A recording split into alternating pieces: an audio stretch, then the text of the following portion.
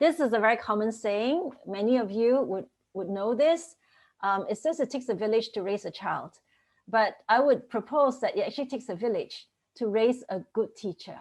Because as those of us who are teachers well know, skills and competencies takes years to build and takes a lot of mentors and people who would journey alongside us. So you may then ask, like, well, how do we sustain this whole ecosystem of learning? So there is that ministry level, there is that school level. But for the teacher himself or herself, we believe very strongly in this concept of teacher ownership, teacher leadership. The teacher must lead his or her own learning. He or she has agency, empowerment, not an automaton, not someone to be dictated to as to how you learn and what you want to learn. So what we do is that there is an availability, there's a plethora of courses for the teacher development and for them to choose from. So in Singapore, we have different levels of like teachers.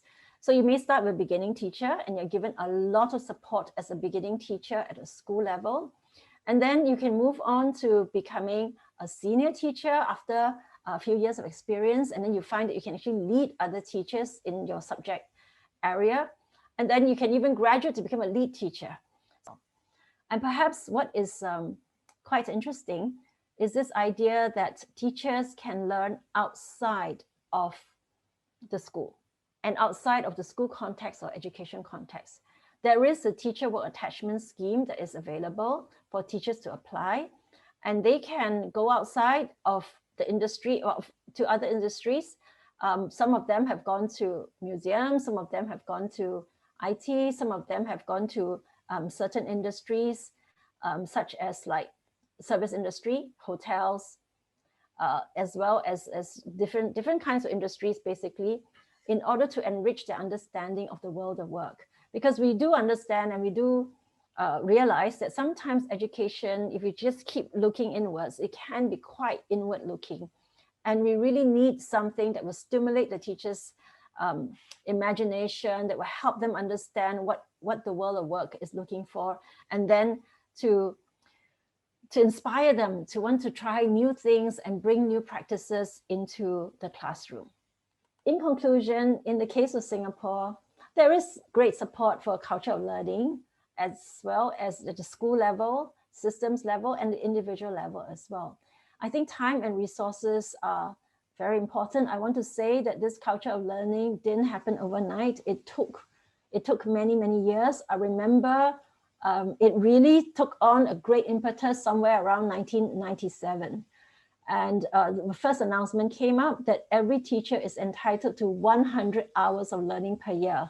I think many teachers nearly fell off their chairs. It's like, how do I do, what do you mean 100 hours of learning per year? And this is like your right to go on courses up to 100 hours a year. It just seemed like a lot of time. But we have found that after an adjustment period, teachers actually found that it's really refreshing to go for a course, and it helps them to teach better. And you find the principals relaxing as well. Say, okay, when I release my teachers for a course, they come back recharged and re-energized. It's worth it. It's worth investing in that time for staff learning.